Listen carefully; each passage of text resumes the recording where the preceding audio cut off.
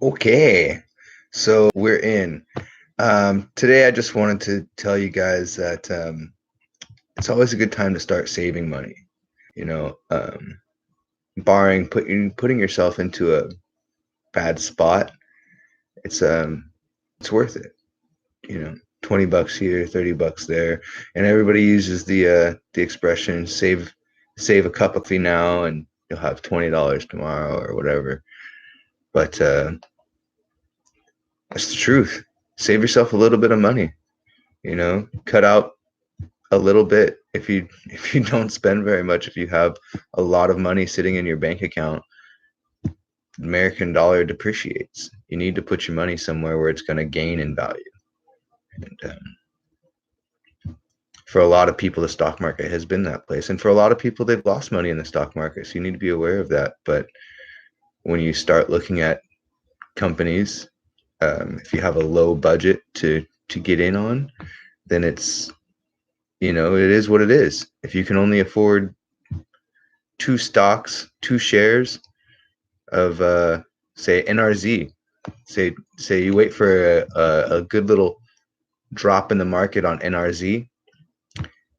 That's say you get them for $15 a share. You buy two of them. That's $1 every quarter for the rest of your life. As long as you're holding on to those, and the dividend doesn't change, you're getting money. And that's really what it comes down to, is finding stocks, doing your research, finding the right stocks that are going to not only gain in value, but also, if you have the opportunity to make a little bit of money while they're gaining in value, take it. That's money. That's money on the table. um just, it's important. I was raised in a family that wasn't good with money, still not good with money, not not by any stretch of the imagination.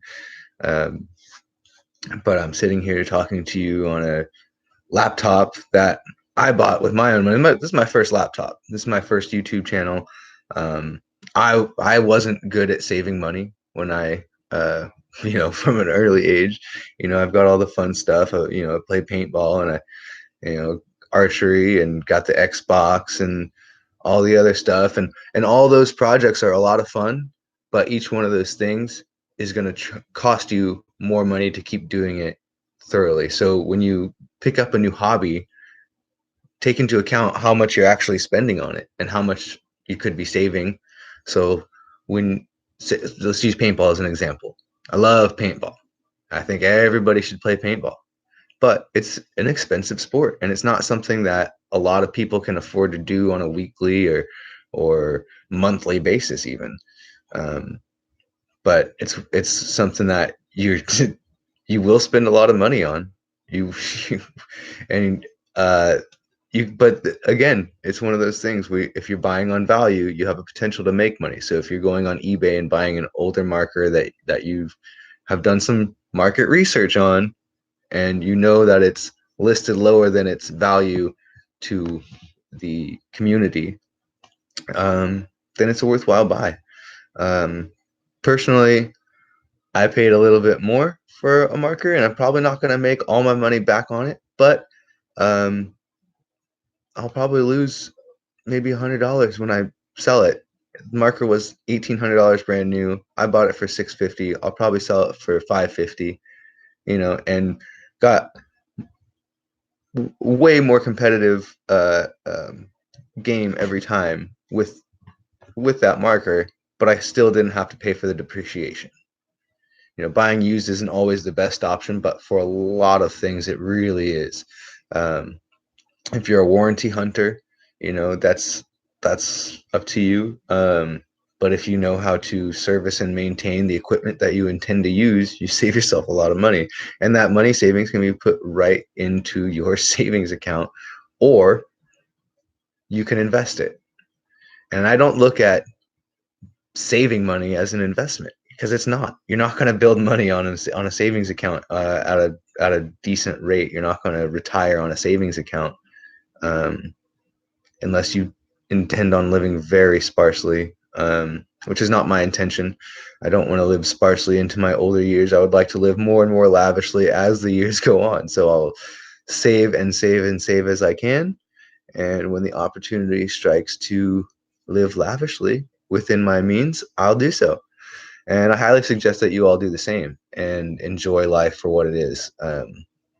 Get a credit card early. Don't go crazy on it. You know, get something with $100 limit. Spend $30. Buy one tank of fuel. You know, and that's what it's going to take. And it's going to be a little bit annoying because you don't want to go over that threshold. But it's important to start thinking about the future of your savings, because I'm sitting here as a brand new 30-year-old, and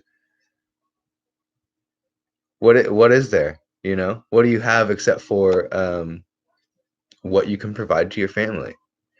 You know, fortunately, I am gainfully employed and I can support my family, but jobs aren't always going to be there. Say your company goes under, you want to have a nice safety net under you when you fall. Um, it's a good thing to have. Um, Not necessarily that you would be able to pull all your stocks out immediately and cash them out right when you need it, but for the future, it's a good thing to have. And you should have a savings account, at least 3 months worth of your living expenses before you even start investing, really, because you don't have extra money until you have at least 3 months of uh, of flow of cash flow of you need to be able to take care of yourself for at least 3 months without any extra income. So if you can do that, then you're ready to save. If you can't do that, um, think about it. Think about what you need to do to get to that point. Do you need to spend less money? Do you need to make more money? You know, most of the time, making more money, if you don't change your spending habits, you're just going to have the same amount of not very much money. So spending habits are huge. Um, Investments are huge. Doing your research in those investments, you know, there's a lot of free resources on YouTube, on websites that will teach you how to invest your money. You don't need to go to school to figure out that, hey, Disney's going to do all right for a while, or um, AMD is going to be doing all right for a while. Uh, you know, riskier stocks like I have a Chinese car company called NIO. That's a risky stock. We don't know what, you know, where the cards are going to lie in the China trade deal, and you know, the president is doing his own thing, but as the markets crash, it's not necessarily destroying the economy. It's, if you look at it as more of an opportunity to put your money in while the markets are low. um, And this is kind of more conspiracy, leans towards conspiracy, but I don't think that any one person can destroy the global economy. Um, I do think that they can influence the market, because like the whole market plays on emotions. And if you're an emotional person, the stock market probably isn't going to be for you. Um, Unless you're really good at research and you just want to ride roller coaster after roller coaster after roller coaster. But it's better to just put your money in and walk away. Do your research. Find a company that you know is going to be a good company, or that you can assume will be a good company. Nothing is certain in the future, especially with investing. And I'm not a legal professional. I'm not giving you this advice as a way to tell you you need to spend your money and you're not going to lose money if you do this, because you might. You know, just earlier this week I was down $300 and I made it back in 2 days in the stock market. I have a pretty diversified portfolio, but it doesn't change the fact that the entire stock market plays on emotion. So if everybody's feeling down, it's going to go down. If everybody's feeling good, it's going to go up. But it's really, it's, I can't stress it to you enough that it's something that you need to do, just to stay viable in the future. If you intend on, living a decent life, you need to start thinking about the future now. And whether you're, you know, 10 and you just stumbled on this, or if you're, 50, 55, and you've never seen or had the opportunity to invest, or you've never had somebody teach you how to invest. Since you're watching this video, you have a resource to get to the internet now. So you don't have an excuse anymore to say that you don't have the information, because the information is at your fingertips. You need to put in the time to get the information, that's true. But it's worth it. It's very worth it. It's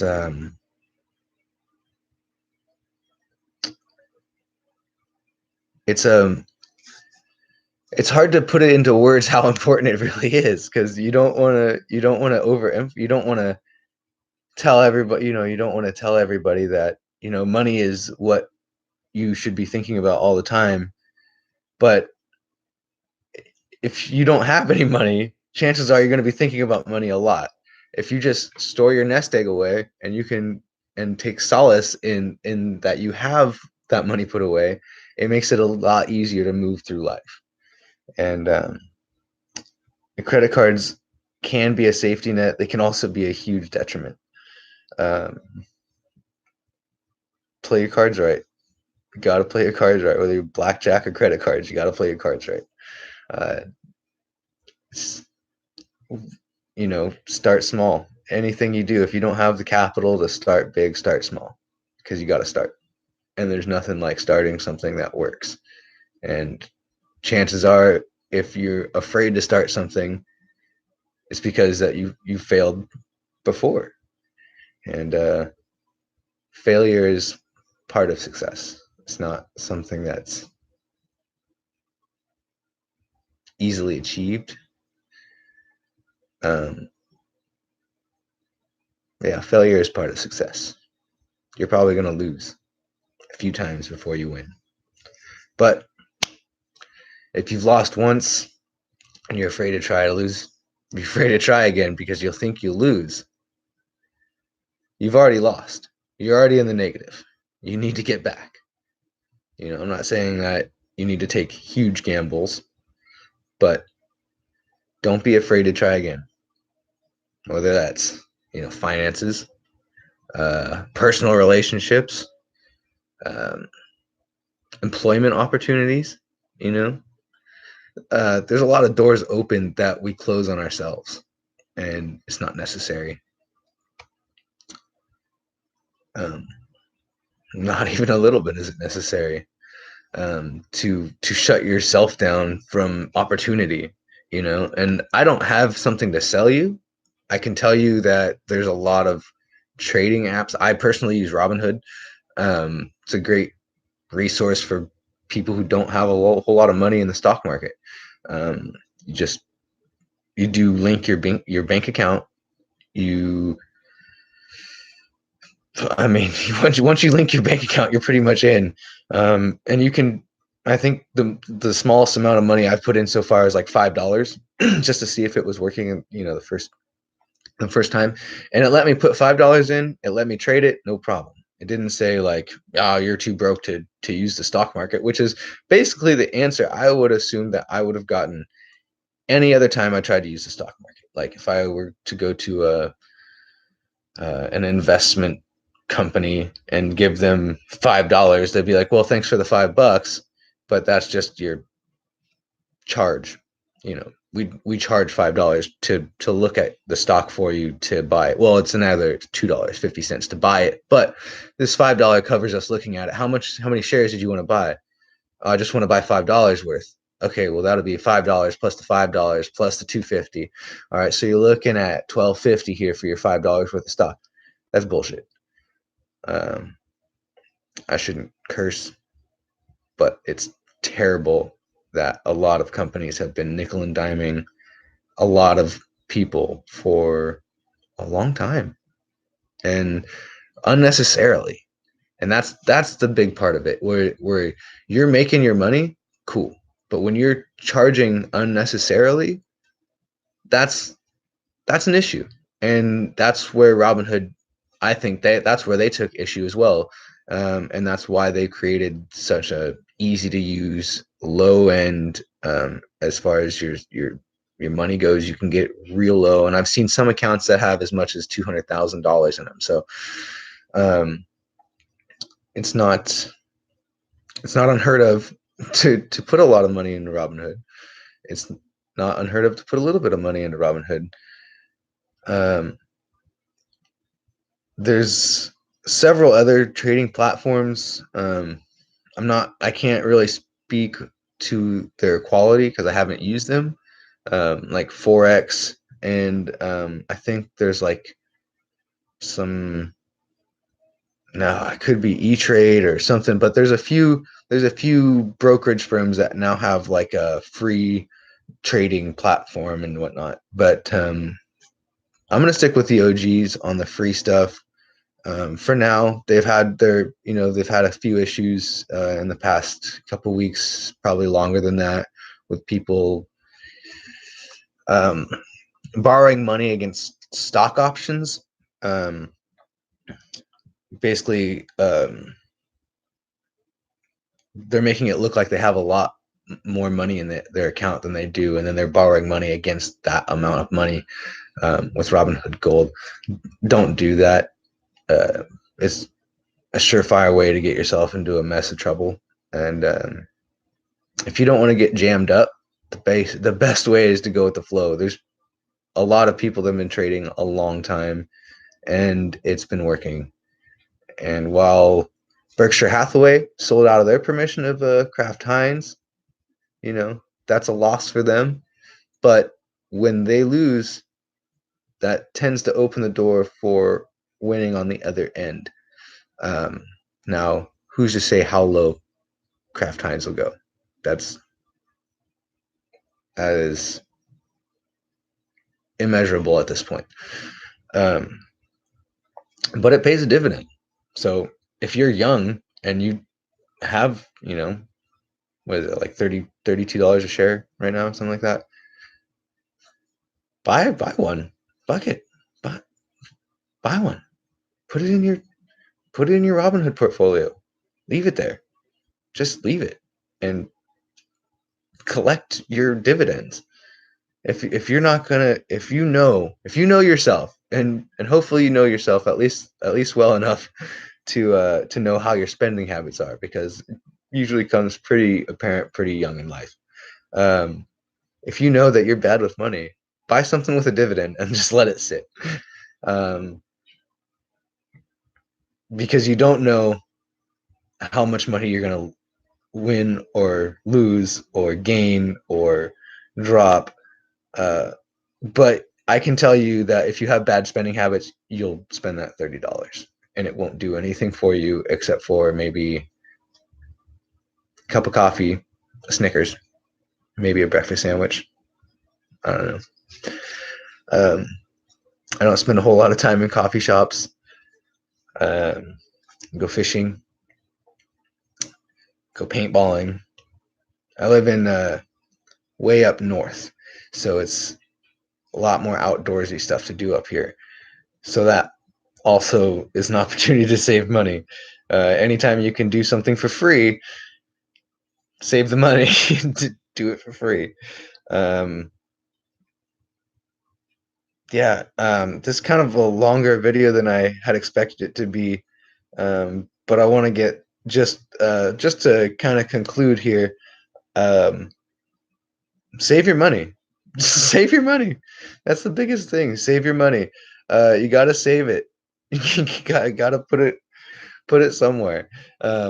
Save your money until you have enough money to invest your money. After you have enough money to invest your money, recalibrate your spending habits. And if you think that you need to invest more money or save more money, you can put it in your investments or you can put it in your savings. But again, as long as you have at least 3 months of savings, it shouldn't take you more than 3 months to find a job in just about whatever field that you already have a job in. I'm not saying that it is so easy to find a job for everybody, because I know it's not, and I've been there. And it kind of sucks when you can't find a job, especially when you got everybody around you telling you that, oh, the unemployment is so low, the unemployment is so low. But the unemployment is so low on certain jobs. We need menial labor a lot of the time. And if you're going to sell yourself short to do menial labor, you're not investing in yourself. Hold out. That's why you need that 3 months to find the best job that you can in those 3 months. Don't take the first one unless it's way beyond your expectations. But give yourself 3 months, find a good job, maintain that good job. We're not all trust fund kids. You gotta save your money where you can, invest it where you can. And I know it's gonna step on a lot of toes, but don't smoke so much pot. I'm telling you right now. Been there, done that. It's gonna slow you down. Whatever you're doing in life. I mean, and I'm not saying cut it all the way out. I'm not even saying don't smoke it daily. But if you are gonna do that, take into account what it's doing to your body daily. Take account, like, how do you feel? Because I know when I was smoking day in, day out, all day, every day, I didn't keep count. And it's a lot of money. It's a lot of money. It's a lot of money. It's a lot of time. You know, um, if you have to stop every 30 minutes on what you're doing to go get high and then come back to your project's going to take forever. Forever. If anything, use it as a reward when you're done with your project. And I mean done with your project. If you're done for the day, okay. If you're done with the whole thing, great. But if you're taking breaks in the middle to get stoned, and you need to get stoned to finish this project, you probably can spend your time a lot better. And as I sit here, most of the people I know smoke. I still smoke.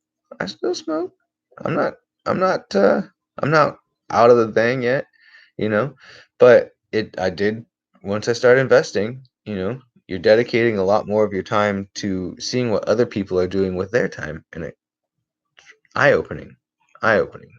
What a random fellow over in, the Middle East is starting an IPO while you're, driving to Burger King for the third time for the day. What what happened? So again, take account of your time, take account of your money, take account of your health. What are you doing to your body to get that money? Are you overly stressing yourself out? Are you going to put yourself in the hospital for the pursuit of money? Because chances are it's going to cost you more to be in the hospital. Take a break once in a while. I'm not saying you can't take a break, but realize and be true and honest with yourself. What's a break, and what is you BSing your way out of doing just a little bit more work? So, closing in on 25 minutes here. I was only going to do a 5-minute video, but I started talking, and that's how these things go. If you're still here, thanks for sticking around.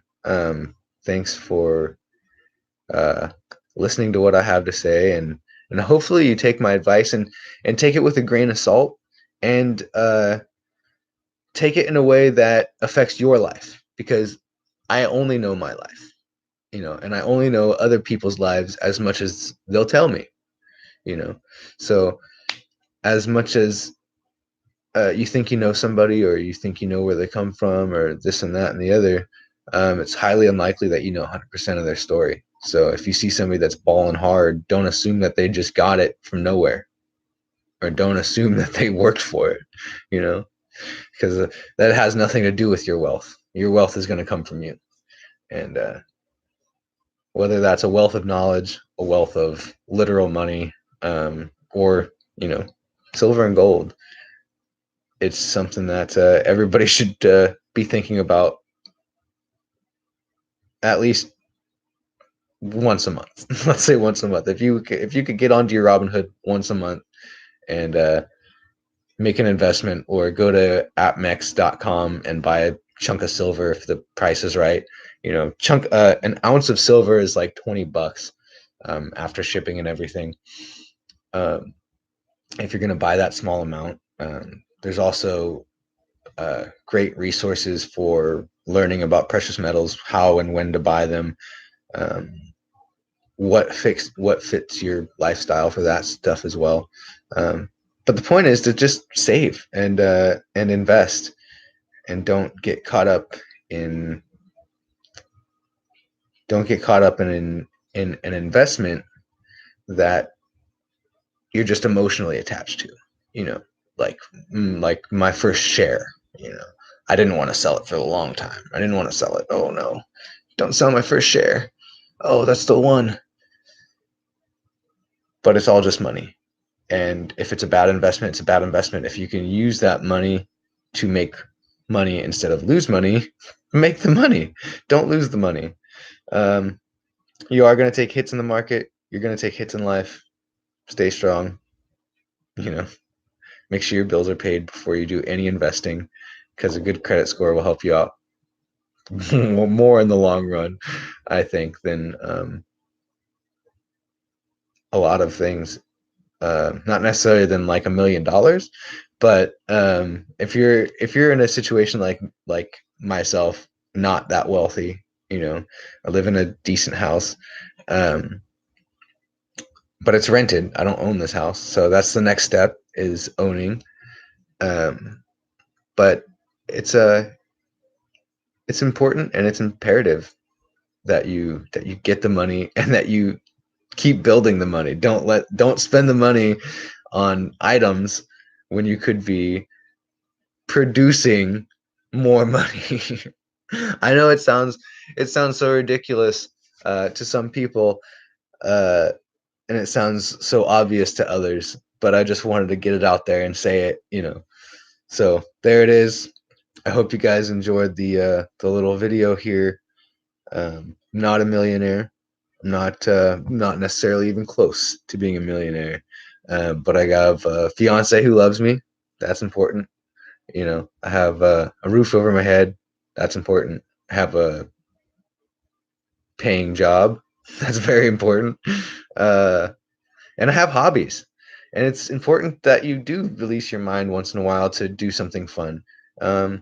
Yeah, keep yourself happy mentally if you can. If you can't, um, seek help. I'm one of those people. I wasn't always happy. I'm still not necessarily always happy. But if you need help, seek it. And if you don't have anybody to seek out, throw me a message. There's a lot of Kimya Dawson songs that touch on that subject. So yeah, music recommendation. If you're feeling low, maybe check out Kimya Dawson, or hit me up. Like I said, shoot me a message. If you're in the area, we can go play paintball. I always take people out to go play paintball. I don't charge them money or nothing like that. So if you need somebody to talk to, if you need a hobby, I highly recommend paintball. There's a great community in it. There's a great competitiveness to it that really dissolves after the game is done. It's you don't hold that grudge for generations. Football. Whoa, I mean, I can't even. Well, Raiders, Niners, or basketball, like. Or I don't know. I don't know all the sports. I don't know, but I know there's rivalries that go on forever, and there's a lot of people that get real salty about it. And paintball is not one of those things. So many people trade teams, and if you don't like your team, you can go to a different team, and it's a really good place to be if you like that kind of stuff. But stay happy, stay on top of your finances. And I can tell you that one of the leading edges of my stress level was finance. And once I got that figured out, I now live a happier life. Um, I'm not saying money makes me happy, but I'm saying not stressing makes me happy.